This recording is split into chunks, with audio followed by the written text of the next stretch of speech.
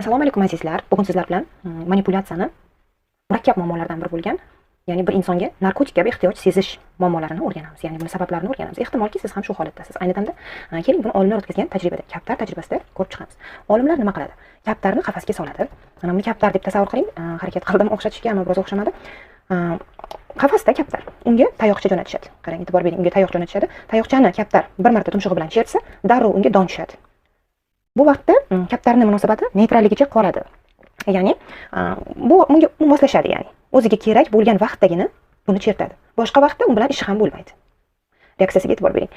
Endi shu tayoqchani faoliyatini o'zgartirishadi. Ya'ni endi u hech ham kaptar tumshug'i bilan tekkan vaqtida hech ham don tashlamaydi.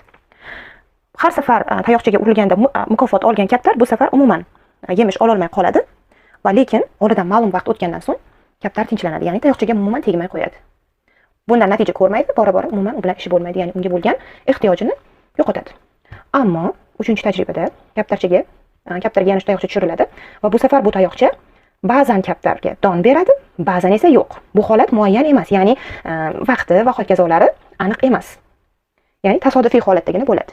Eng hayratlanarlisi, agar kaptar ba'zan mukofot olsa, ba'zan esa hech narsa olmasa, ya'ni yemish berilmasa, bu beqaror jarayon bo'lsa, tayoqchani urishni u jinni kabi davom ettiradi, telba kabi davom ettiradi.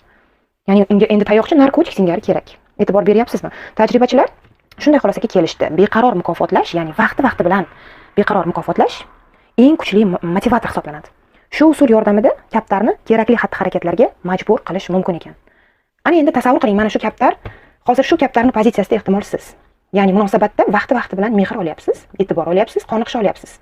Tasodifiy holatlarda ehtimol kutilmagan bir vaziyatlarda, ammo nima? Doimiy emas. Agarki u doimiy bo'lganda edi, sizning reaksiyangiz kaptarni boshida birinchi tajribada ko'rsatgan reaksiyasi kabi bo'lar edi, azizlar. Xulosa o'zingizdan. Video yoqqan bo'lsa, like bosishni unutmang. Assalomu alaykum azizlar. Bugun sizlar bilan manipulyatsiyani murakkab muammolardan biri bo'lgan, ya'ni bir insonga narkotik kabi ehtiyoj sezish muammolarini o'rganamiz. Ya'ni buni sabablarini o'rganamiz. Ehtimolki siz ham shu holatdasiz. Ayni damda keling buni olimlar o'tkazgan tajribada, kaptar tajribasida ko'rib chiqamiz. Olimlar nima qiladi? Kaptarni qafasga soladi. Mana buni kaptar deb tasavvur qiling. Harakat qildim o'xshatishga, ammo biroz o'xshamadi. Qafasda kaptar. Unga tayoqcha jo'natishadi. Qarang, e'tibor bering. Unga tayoq jo'natishadi. Tayoqchani kaptar bir marta tumshug'i bilan chertsa, darrov unga don tushadi. Bu vaqtda kaptarning munosabati neytralligicha qoladi. Ya'ni bu unga moslashadi, ya'ni o'ziga kerak bo'lgan vaqtdagina buni chertadi. Boshqa vaqtda u bilan ishi ham bo'lmaydi. Reaksiyasiga e'tibor bering. Endi shu tayoqchani faoliyatini o'zgartirishadi. Ya'ni endi u hech ham kaptar tumshug'i bilan tekkan vaqtida hech ham don tashlamaydi. Har safar tayoqchaga urilganda